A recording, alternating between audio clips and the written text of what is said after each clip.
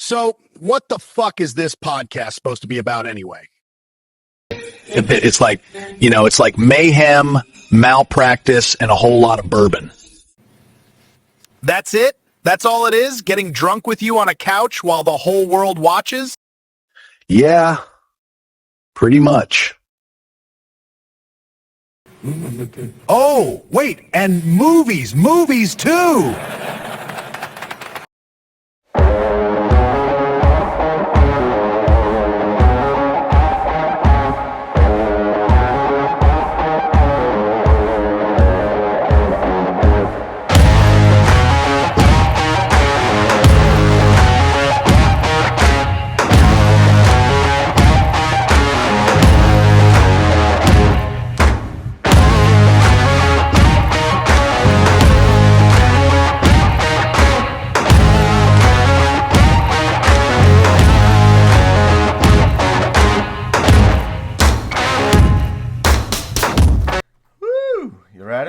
Ready as I'll ever be.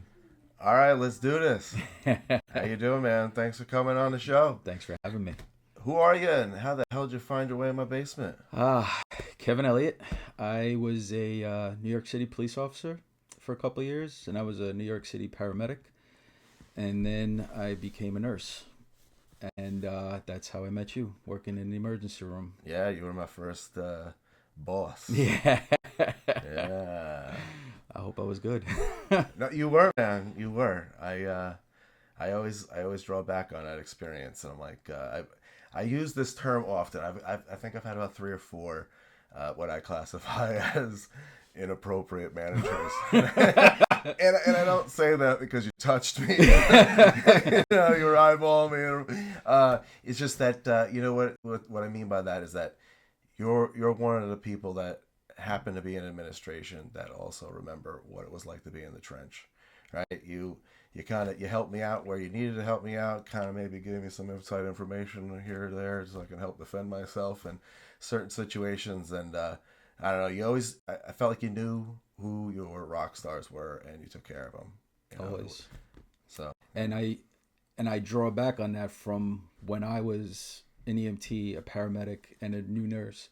And I remember seeing the big thing with nursing was hearing about how the nurses eat their young. Mm-hmm. And I was like, I will never do that. I will never let that happen as long as I can. And I never let it happen to me. And I always tried to make sure that all my nurses never had that happen to them, especially the new, younger ones. And I live by that to this day. I just refuse to let people, just because you don't have much time doing whatever, you got to learn. You got to learn somewhere. Yeah. You got to make it from there. Yeah, and you've done a couple of things in supervision, and then you're kind of you got back out. What are you doing now? So I left the hospital setting for numerous reasons, and I started working in corrections, Department of Corrections, as a nurse. And I wish I found this years ago. It's an amazing job. That's great. You must see some crazy stuff in there now. Let me tell you, yes, we see a lot of cuttings. Nothing like what you see in the emergency room where somebody maybe get hit by a car, shot, but we get a lot of stabbings, a lot of slicings, a lot of wide open wounds, and they all go for the face. And the big thing with that is I'm going to cut you in your face because every day for the rest of your life, when you look in the mirror, you're going to remember me. Man. And either remember me or remember what you did to get that. Yeah, you work the prison you work at is the one I ended up doing my scared straight at. And I'm telling you, I will never do anything that will send me to prison. It's funny. God, it worked. It worked. It's funny you say that because when I'm in there and I walk around, I go into the cells, I go into the blocks, it's one thing that I'm always, could I do this? Like, can I do this? And I don't know if I could do that. That's a rough one, and especially the crimes that some people commit. I don't know, man. It's interesting. I can just put it to you like that. Yeah. I mean, I'm sure that it's almost surreal because it's not like they walk around like I'm a killer all over the place. Oh, no. Some of them probably do, but they probably seem like normal people. Yep. Right? Like people you see in a grocery store. 100%. You could be in a supermarket standing next to this guy ordering ham, and you wouldn't know the difference. They don't walk around with the big sign, I killed somebody or whatever. Yeah, but you turn your back, they probably would. And that's the they big don't like thing. you anyway. Exactly. But conversely, if they like you and you do right by them, they won't let anything happen to you. No. So that's when I worked at Greenhaven, I had that where I just treat them like regular guys. I don't decipher. I don't care what you did, whatever. Yeah. We'll take care of what you need taken care of, and then we'll move on. And that's it. I'm not going to do anything over and above. You're going to get the same treatment the next guy does, except I'm not going to yell at you and curse at you and things of that nature. Yeah, I think I always conducted myself that way with them too when they came into the hospital, but I always find myself watching some of these nurses. They're on whatever website they're on, and they're looking up that scumbag did this. That like, no, you can't do that. So we have a way of doing that also. So all the inmates, when they go into jail, depending on whatever year, so they get assigned a number. It's called a DIN number. The first two numbers are the year that they entered the Department of Corrections. Okay. There's a letter that just says where in New York State that they entered, whether it was upstate, downstate, or somewhere in the middle. And then the last four numbers is just their number that year. So the lower number is somebody that January, March, January, February, March. The higher the number, the later of the year, in the year that happened. And I got some guys in my prison that have a 79 DIN. They've been there, almost as long as I've been alive, which, I also kind of laugh at. I'm like, Jesus. And I don't know why, but the one thing that always sticks in my head is Y2K, the year 2000. Like, you didn't even get to see that, man.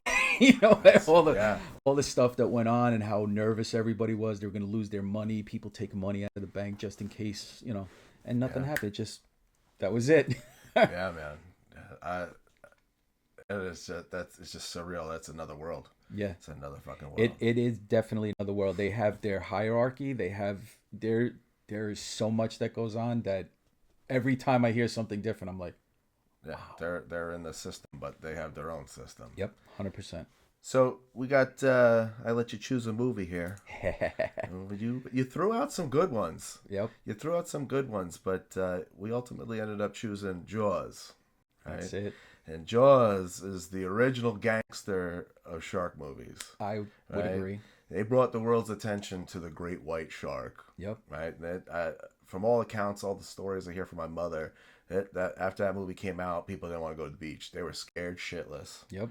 Right. There's been other great shark movies, like they were using a puppet pretty much in this one, and the special effects suck. So like if you grew up, if you're young right now and you used to all these special effects movies and you watch the original, you're like, what the hell is that? Well, they said how many times that shark broke down. Yeah. Because of the salt water. Yeah. Every time it would get into something, it had to stop production. They had to fix whatever it was. Oh God. Yeah. You got Deep Blue Sea, the Meg, Sharknado. The Meg, yes. Sharknado, right? But there's only one Jaws it all started. That's right. 1975, Steven Spielberg, right? Yep. What you were talking about, the breakdowns and whatnot, he thought his career was going to be over. Yep. He had to get real creative with, the cameras and the music for the anticipation. They were up against another one that swept the big five. Oh. Best picture, best director, best screenplay, best actor, best actress. One Flew Over the Cuckoo's Nest. And that was another one you would put on the list to do. Well, I love Jack Nicholson. So. Only 2 other films have ever done that. Jaws, however, did win an award that year for best original score. 2-note masterpiece. Wow. This. Still striking fear in the hearts of people. Everybody knows what this is. Yep. Everybody. It's so funny. When you do, people get the quick look. 2 notes. Yep. Yeah. Woo!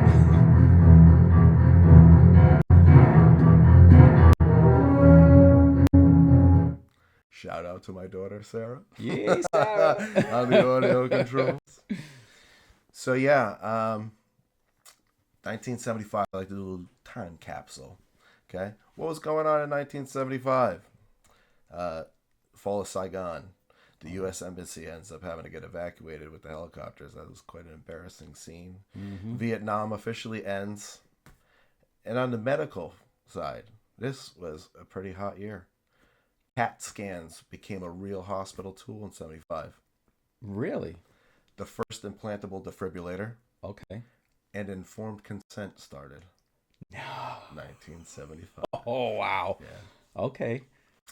So, give us a quick rundown. Tell people who haven't seen this movie what the hell happens. So it's a summer community.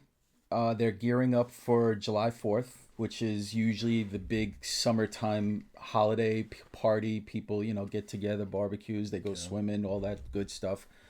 And just before July 4th, there was an attack. At first, they didn't know what it was. And it was pretty interesting, that scene with Richard Dreyfuss when he gets just a little bucket of a few things in there. Right? Yep. He's looking at it. He's breathing heavy. He's, trying to like psych himself into it or whatnot. And then they figure out that it's a great white. And now the sheriff, Brody, he gets with Dreyfuss, and he's telling him that this is a shark attack, and there might be more attacks. This shark is still out there, and what it can do.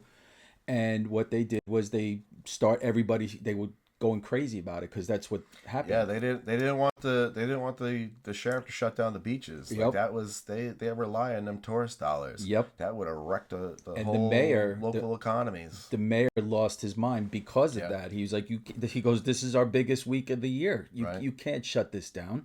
He goes, we need to have these beaches open. Right. And against everything that he wanted. And they kept it open even after it was exposed what it was, right? Yep. Like, no, you're not shutting it down. You are not shutting it down. Yep. So yeah, then these guys, we go through that situation, but ultimately they end up hiring this guy. Quint. Quint, right? Yeah. He's like the monster hunter. Yep. And him, the chief of police, and Hence. and and Hooper, Hooper, the scientist. They Hooper. go out on this fucking boat, and they have their fucking Captain Ahab. We are getting the white whale. Yep. In this case, it's the shark, and either you're dying or we're dying, and Yep. we'll get through that part of it. But that's pretty much the gist of it. Pretty right? much. Three nobodies going through a great white. So in the beginning of this movie, we meet Police Brody, the police chief Brody. Right, he's definitely a reluctant leader. He is maybe thrown into a position where he ain't ready for. I don't know, but he really doesn't want to be a leader. He's just there. He hates the water on top of it. I don't know if he can swim or not. They don't ever tell us that. Yeah, they don't ever get into that, but he is not a fan of the water by any means. Do you know how to swim? I do, yes. Okay. You have any phobias like that? Like arachnophobia, so fear of the dark? No. So, Dolls. I can with red hair. I can swim. I swim in the ocean, but as long as I don't think about what else is in there, I'm good. Once I get that thought in my head, then I'm like, yeah, you know what? I'm in their territory. I'm gonna. I loved it. I loved swimming in the ocean as a kid. I was like, man, you can't get that anywhere else. The waves. Mm-hmm. After that, I'm like, okay, why do we need to go in there? Like, you can die in there. Mm-hmm. we don't need to go in there. Yep. I like a dive pool. through. I like a lake. What I like about the difference between a pool. You have to walk into the ocean, and if it's cold, you're like, oh, yeah. Mother God. Yeah. Pool, you just jump in, and it's like you're there. Long Island beaches, man. Woo! Yep. Like it's almost like doing a polar plunge. Yeah. You just wait to go. Oh God, it's cold. Yep. Yeah, man. I noticed one of the things that like when he first finds out that somebody, the shark was in the water, that they determined it was a shark attack. That the Boy Scouts were in the water doing the mile swim. That's right. And I was like, I did that. I did that. Yep. I wouldn't have done it in the ocean with Yeah. sharks, but I did that. That's true. So, the first place we ever worked at together, my name wasn't the chief, but my name was the sheriff. Sheriff, that's right. I was not a reluctant leader. No, right? not at all. I wanted to save the fucking world. Yep, you took that by the horns and you made it your bitch.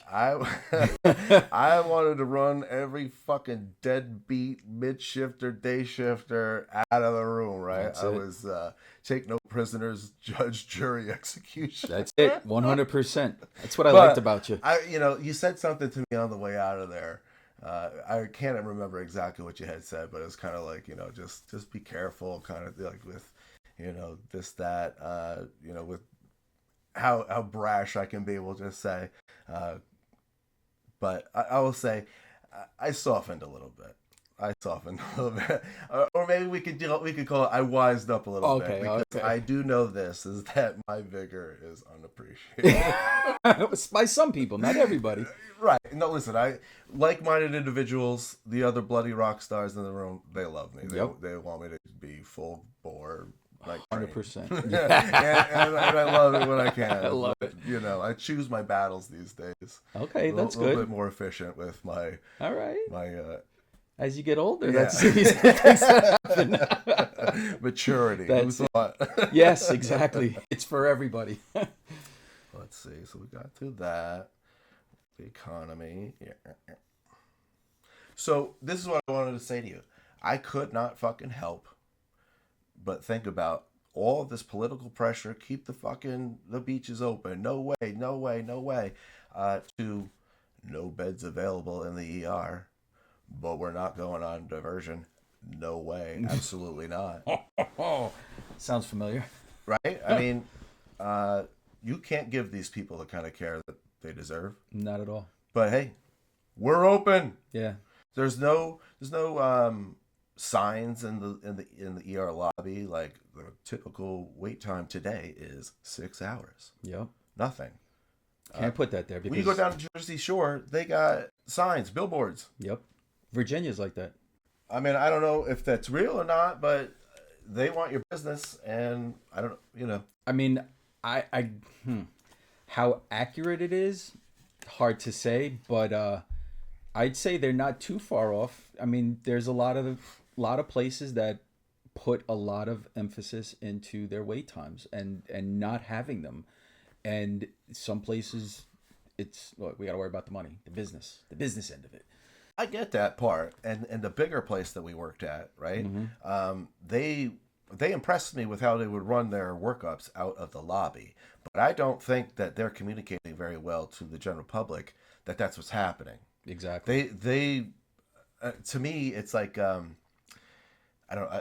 seen brochures like this is what you can expect and this is what will be happening, but ain't nobody picking that brochure up. Nope. Where are the TVs broadcasting this? This needs to be like public messaging. This needs to be part of like even to the American public on maybe like a commercial. Like I don't know. I don't know how to get that message out. So what I used to do is I would go out into the lobby and I would make an announcement and I would straight up with them. I would tell them what was going on. We're waiting for the people upstairs to make those beds available so we can get the people inside upstairs and we can get you inside. I wasn't going to lie to them. I wasn't going to give them a story because that's what was happening. And the upper management part, they didn't want to hear that. I was in a few meetings with the president of the hospital and how can we fix this? I raised my hand and I would tell him, I'm going to tell you, but you don't want to hear it. Did they yeah, so they didn't want to hear it from you. Didn't want to hear it. Nope. So I get frustrated a lot like that. I would say I almost like this one place I'm working at, they come around and do rounds. And it's like, don't ask me the question if you don't want to hear what's about to come out of my mouth. Mm-hmm. I have the real solution. If you heard what I said, this will fix the problem. It's going to maybe cost you some money and you're going to actually have to do something. But if you didn't want to hear me, then why did you ask the question? It's nonsense. It's frustrating. I remember. Should you want this place to fucking run as efficiently as possible? And then I'm telling you how to make your customer satisfaction scores better. But they don't. And make my life easier and better, and they will have a better experience too. Yep. Just chaos. For what? Because you won't listen to me? If I didn't listen to you, You told me to do something, or you gave me the answers to something and said, go do this. And I just ignored administration. What will happen to me? Yeah. Right? Exactly. No, I remember this was right around, I don't want to say the end of COVID, but after the big push from COVID. I remember somebody wasn't wearing glasses in the emergency room, and the female CNO that worked at both places was walking around, and she stopped somebody and she was like, where's your glasses? And then she came over to me and, hey, how are you? I'm like, that's really not what we should be doing. She was like, what? I said, after everything these guys and girls have been going through, to worry about their glasses, I said, just let me know. I'll take care of it. Yeah. And that was the stuff that they didn't see. They sat in their offices, they sat in the C-suite, and they only came out when, they wanted to show their face and show how appreciative they were of us, and give you a coupon to go to the to the cafeteria. That's part of what this show is about. Is that fucking coupon you're talking about to the cafe that's closed whenever I'm there. Exactly. And a fucking sugar cookie. Yep. I don't know fucking sugar cookie. Or those, what were they? Those I don't know Blintz's tarts or whatever. Exactly what it was.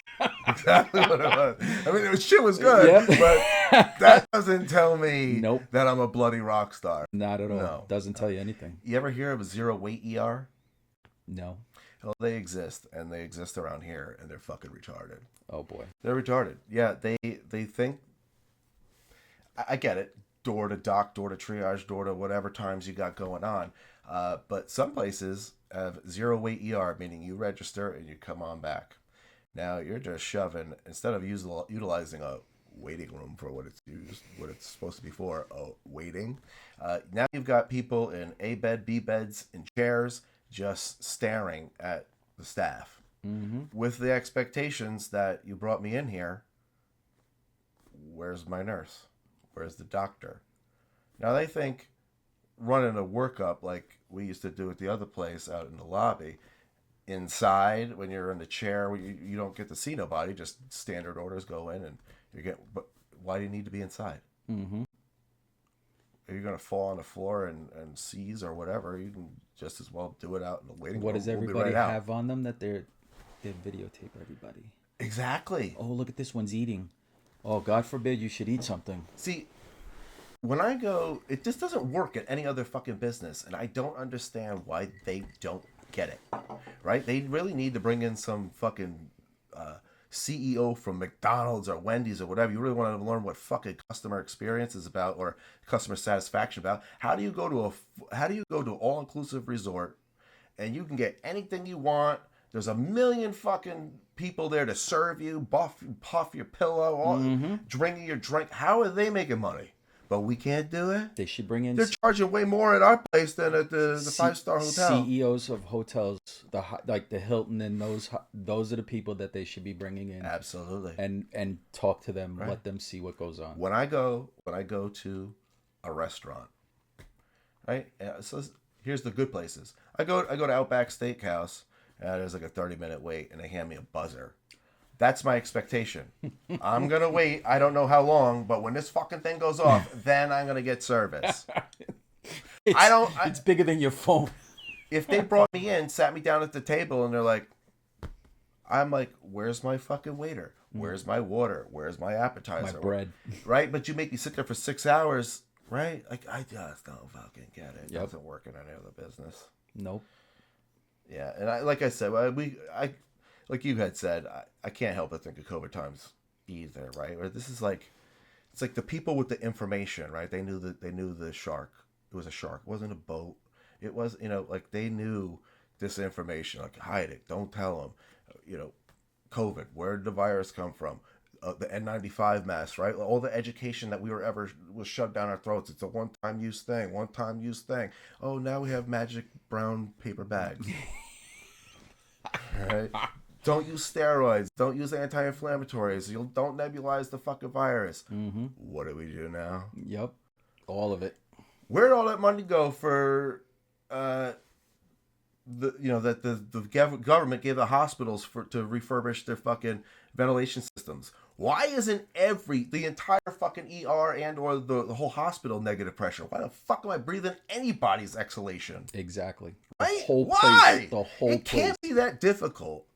I'm sure it costs some money, but it can't be that difficult to. See, but that's where it I costs mean, some money. Listen, man. I bitch about this stuff all the time, but it's, Well, I know we're never gonna get to the big an place answer. that we worked at, when they first built that place, they were going on about how great it was, the architect and everything. So what they did was they called a hospital in Chicago that they had built, and they had the person on. They were like, "Hey, I'm calling from New York. We're going over stuff here, and we just want to talk about how great the facility is that you have. Can you tell us about how good it is and how functional it is for work?" And the lady was like, "What? What are you talking about?" She was like, "We've already had to redo construction here 5 times, and it hasn't even been a year and a half. The place is falling apart." Wow. And they were like, "Okay, we gotta go bye," and disconnected the call. That's the kind of stuff that place was up against. They say it cost $800 million to build that building. Let me tell you, somebody pocketed a lot of money out of that. Somebody. Yeah, and there was like floors that were completely unfinished. Yep. Well, that one is now finished, and it's now a cardiac cath lab. Oh, they finally did. They finally put it. Yep. Instead of having to fucking drive 1.5 miles Yeah. with a stretcher. All right, well, let's move on. We've got 2 other characters we get introduced to. Hooper, the scientist, right? He's a little rich kid scientist, kind of annoying, Yes. a little immature. Yep. But hey, it's good for the movie. Quint, expert monster hunter, experienced, traumatized Navy sailor. Yep. Basically, modern day Captain Ahab for sure. Yep. Definitely. He comes to the town hall and he's like, "Fuck your $3,000. It's gonna cost you 10. Yep. When you're done with these losers, you know where you can find me, down at the dock." Yep. Right. So the boat, right? These guys, The orca. nobody can catch this shark. Nobody can kill it. It's a monster. It's 25 feet tall, long, whatever. It's just bigger than anything they've ever come into account with. It's ripping down docks and shit. I mean, it's a little The London silly, Broil but- attached to it. Oh God. So they finally decide, let's just get Quint on the scene, right? And they go on his boat, his old rusted out, The orca. beat up orca, Yep. right? So I liken this boat and everything that happens on there to something that me and a couple other buddies have spoken about a few times. We're like, it's the all dudes ER. Right? We're like, fuck, these girls are under drama and all this Yep. shit. Exactly. We're not dealing with any of this No, crap. I don't care no. what time of the month it is. But, I don't care anything. as nice as the idea may sound, I don't think it'd be functional. I think there would be lots of drama, definitely a bunch of fist fights and getting drunk at work. Well, that's what the one night when they were sitting there telling their war Yes. stories, and Quint talked about how was it the Indianapolis that he was on? Yeah, listen, it's a true story. It is. It's a true fucking It is. story. They exaggerated a little bit for here, but holy cow, man! I wrote this down because I saw this movie as a kid. I most certainly wasn't paying attention to that part, and this is the first time I watched it in probably 30 years. Yep. This is a true story. After they bombed Japan with the atomic bombs, this boat that they were on, the USS Indianapolis, got torpedoed and then sunk. Mm-hmm. He says 1,100 men go in the water. And this is traumatizing for anybody listening to this story, for sharks. Oh my God, like I couldn't even imagine having lived through this. 1,100 men go in the water. 12 minutes later, the boat is gone, sinks. A few hours later, the first few sharks show up. Tiger shark. Right? Men, they start forming tight groups, kind of like if you're in the middle, you might be safe. I don't know, to fight, scare away, kick and scream these sharks away. Sometimes they left, sometimes they didn't, he says. By the end of the first night, 100 men were gone. Oof. 6 an hour. Quint says the shark's eyes are black, lifeless, like a doll's eyes, like the doll that Dan is afraid of. I don't know. I guess it's a fucking thing, man. Not me, but yeah, like Annabelle. So sharks got no conscience, man. No mercy, just an appetite. A fucking pure killing machine. Dead men floating all in the sea. Blood, the seas are bloody red. On the 5th day, they're floating for 5 fucking days, getting picked off one by one, screaming. Could you imagine listening to that? On the 5th day, they were spotted by a rescue plane. And they sent a boat and or a helicopter, I'm not sure which one it was, to pick them up. And that's when he said it was his most frightened time. He was waiting for his turn. Yep. And then he said, I will never wear a life jacket again. I'm like, oof, that's fucking deep, man. That is. I'd rather just fucking die right away. Yep.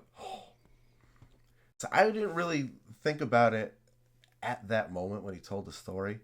But that's really, this guy has been Captain Ahab since that moment. Mm-hmm. He hates sharks, and he finds his fucking moment. This is the king shark. I am gonna fucking, it's either me this is payback for all those guys. Yep. Yeah, he spent his whole life hunting sharks and whatever things.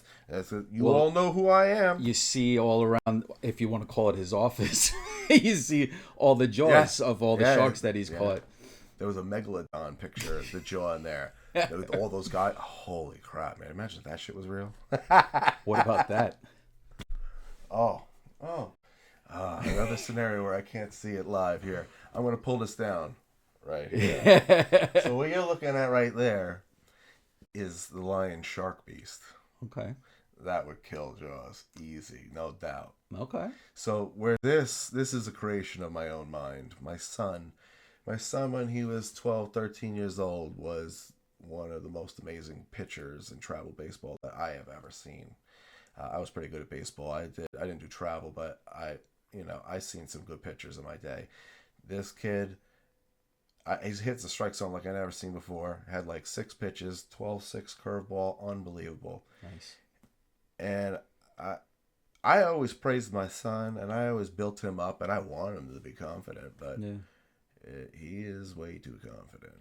Uh-oh. And wait, is he a young Wayne? Yeah, but I was not raised like that. You just became that. I earned this, right? Whatever confidence you see, I earned that. Okay. I was made to feel stupid and less than my whole life, and it took me a while to shake the haters. Okay. Anyway, I praised him the whole time, maybe a little too much.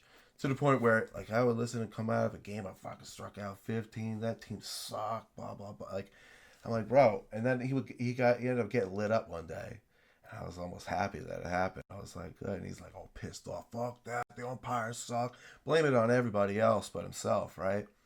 And I'm like, listen, man. I'm like, you go around here acting like you're the big fucking the kingfish.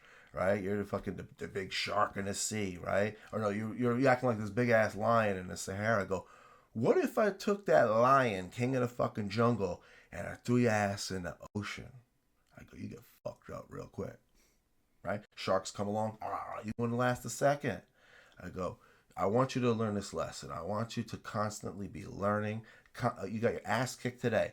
It's gonna happen again if you don't take the lessons from today and evolve. I go, you got to evolve into. Okay, what they do to me? I'm going to change this, change that. I'm going to become the next level fucking beast.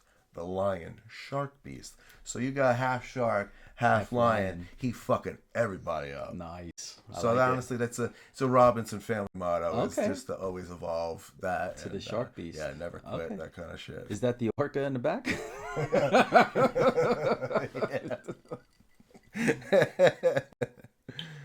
All right, where are we at?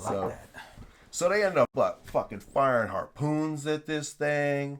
They're firing bullets into this thing. Nothing's working, right?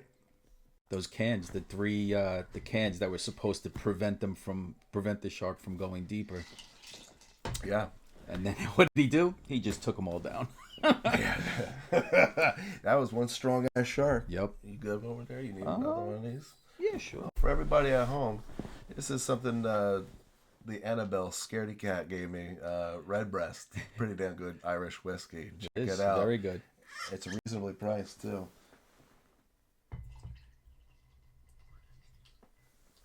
There you are. Thank you, sir.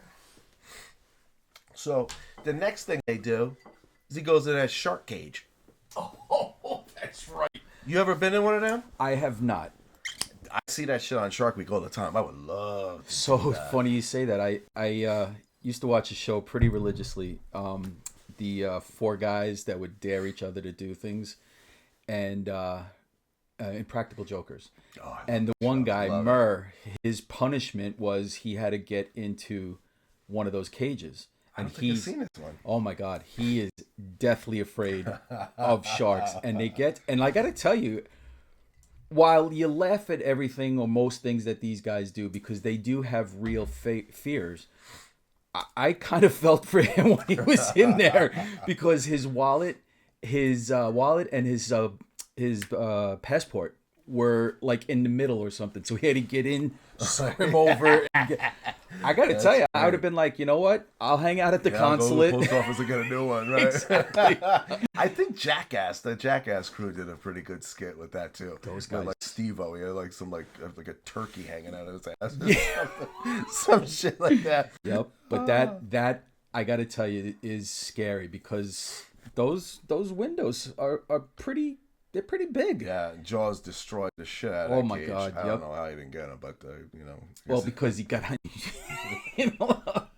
I thought you were gonna tell me you went swimming with dolphins. Oh God, shit. no. Well, funny enough, so like I said, I like to go into the ocean. I like to swim, and we go down to Delaware every year, and the beaches down there are beautiful. And funny enough, I don't like the beach. I don't like sand or anything, but for some reason, I'm okay doing this. I go with my family. I love being with them. Okay. That's the big thing for me. So every year we see the dolphins swimming. So one year there was a bunch of them. It was just a couple of years ago. So I was like, I can swim out that way. You can't be serious. Swear to I'm God. talking about controlled environment. You're going to swim with a wild fucking dolphin. So I start swimming out there. Oh my God. And when I only know I was this far because my wife told me once I got back. I was about 10 yards from them. When the click went on, I was like, oh, what if they're not that friendly? So I just turned around and I swam back, and my wife was like, do you know how close you were? I go, no. She goes, you were about 10 yards from them. And I was like, woof, thank God. Dolphins kill sharks. Yes, they do. Yeah, if it didn't like you, it would take you out. Yep. I like I said, I was 10 yards, and that's when the switch went off, and I said, what the hell am I doing? Get the fuck out of here. I have a PlayStation 4 is when this first thing came out. I got the VR headset. You ever do VR? Yes. Did you do this No. experience? And one of the sample discs, the games, what it came with it, was a shark cage dive. And they did it fantastic. It lasts probably 15 minutes. You're going down. You're like, oh, how pretty. Jellyfish, all this. And you get down to the bottom and the shark is coming. And they ain't got the Shark Jaws theme, but it's close enough. And it's smashing the shit out of the cage. And you're like, ah! It's pretty cool. It's pretty cool. So the shark jumps up on the back of the boat, and you really get to see how pathetic this puppet is. Yep. But he ends up eating Quint. Yep. Right? Self-fulfilling prophecy, man. He was gonna get this thing, or it was gonna get him, and it got him. Yep. Right? Now Brody's all alone. That's right. The reluctant hero has got to be the leader. As the boat is sinking slowly. Right? It's just about down, and he's had shoved that oxygen tank in its mouth. Yep. He's got only a couple bullets left. This thing's coming at him.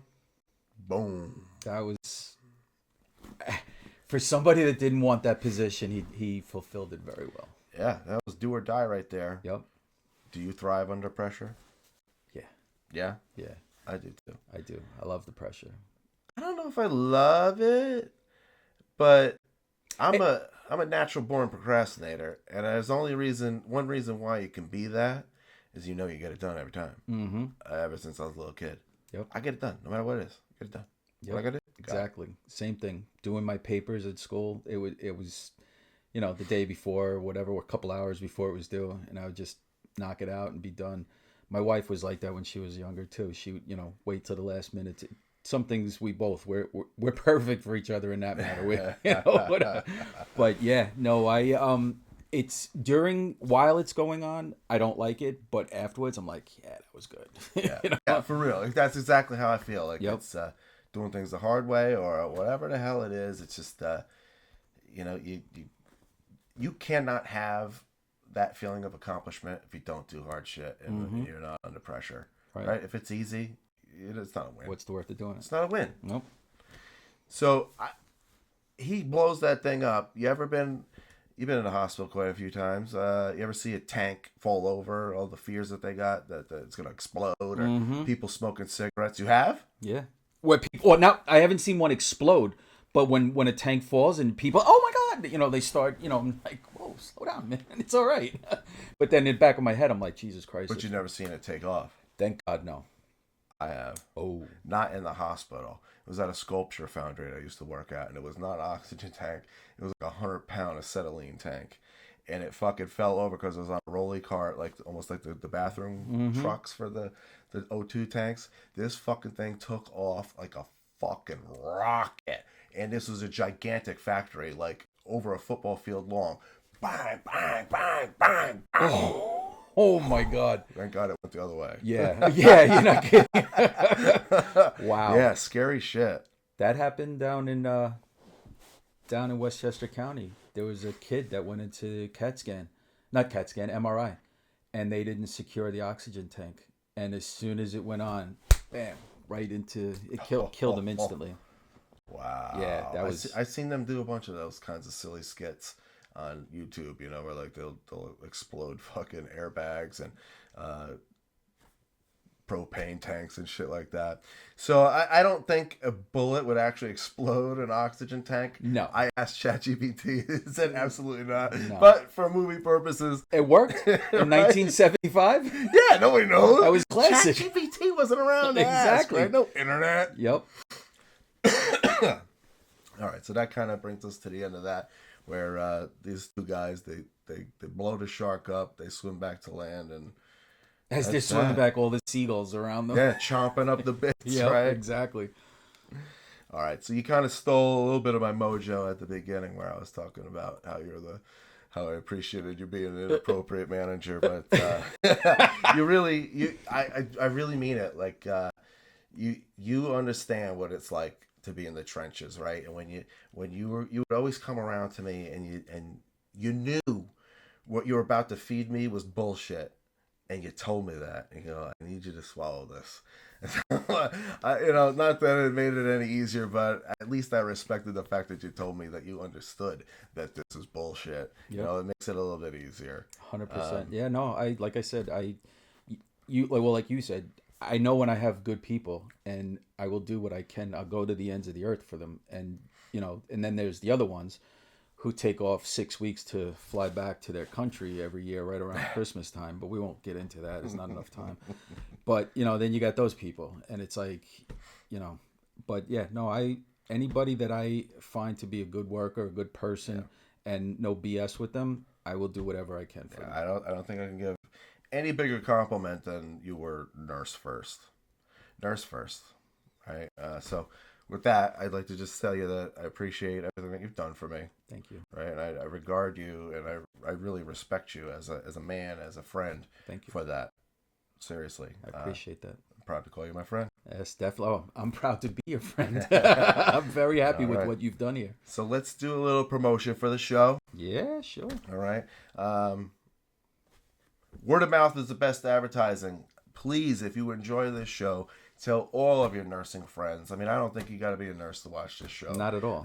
But I think one of the things that we get here watching this is that if you are a nurse, Ain't nobody gotta explain any of the shit that we're talking about. They get it, Yep. right? They get it. They feel it. You know, I'm not trying to do too much bitching on here. We get a couple of things out, but it's. But it's true. It really is. That's what it is. It's we not can like laugh we're making about it up, right? If you don't laugh, you're gonna cry. Yep, right? exactly. So definitely, Spotify is where I would love everybody to congregate to, like get all my support in one area. We are on Apple Podcasts. We are on YouTube. Apple Podcasts, for whatever reason, does not do video. And I think that you're missing out on a lot here if you're watching it or hearing it there. Definitely. It kind of automatically goes there. So if you found me on Apple Podcasts, switch over to Spotify. Follow, rank me 5 stars. That'll end up helping Spotify get the hint that they got a good product here. Definitely. And push me out there. Okay? Well, if they don't pick you up, maybe one of the bourbons will. Listen, in the spring, that's coming. Oh, okay. That's part of the niches. We really have, in our own backyard, a lot of national brands of bourbon. This all started Prohibition era, right? But we've got some killer distilleries here. Yep.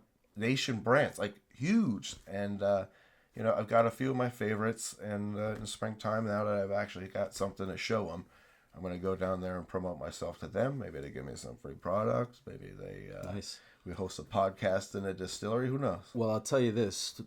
My wife works at a place over here. It's a farm. And they have been making their own booze and stuff.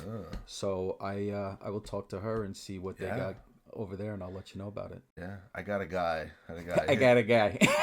I got a guy. I asked him to come on. He distills his own. He does a lot of like underground stuff. He basically doesn't work. Well, that's his work. Okay. And he makes great shit. I bet. Great shit. I said, listen, I'll do like Manuel Noriega. I'll blur your face out, change your fucking voice. I want to make my own. It'd be Let's great. do it, right? Like I want him to just explain the process, like introduce people to bourbon. It is a great spirit. It's the all American spirit. And as we get further into it, we'll definitely do some deeper dives. I'd like to take the show on the road, go check out the distilleries and teach people about the bourbon. If you know, you're interested and you want to go pick up their stuff, I'm showcasing some things on the show. Go for it. Teach a little bit about that. 100%. All right. So last but not least, check me out on Instagram. You can see all of my AI animations and stuff like there, show promos and things like that. And I will say that everything around this room is amazing. I always knew you were a good artist. I knew what you were capable of. This stuff is... Yeah, I tell you, AI is pretty fantastic because any one of these things where I probably could have come close to doing the quality of it would have taken me a month. And now I can create as fast as I can think. And that is so much fucking fun. Wow. It is so much fun. I got an idea, bang, throw it out, bang, bang, bang, bang. Well, I sent you those pictures, and right? It was in no time you had it back. Listen, most people say to me, like, how the hell you get to do it to do what you do? Like, I can't get it to do anything. It tells me, no, it's an art. And I've been working on this for 9 months. I got some secrets. Okay, I bet you do. So last but not least, go to mmbpodcast.com. Listen, check out what I'm all about, who I am, what the mission of this podcast is all about. The merch store is open. Great gear, seriously. Hats, sweatshirts, glassware, mugs. I like my new hat, man. I love it. The orange is awesome. All right. Thank you so much for coming on, man. Thank you for having me. I appreciate it. It's great seeing you. Awesome, man. You too. So we've discussed how you were inappropriate as a manager. Always trying to grab my ass. A couple of thata boys with a tushy honk or two, and I'm doing a life sentence at Sing Sing. Spent the last 8 years trying to forget all that. You really are a pussy. Get over it already. So let's just move on to you swimming with the dolphins. I'm gonna fuck you guys up. Get everybody out of the fucking water. Here's to swimming with bow-legged women.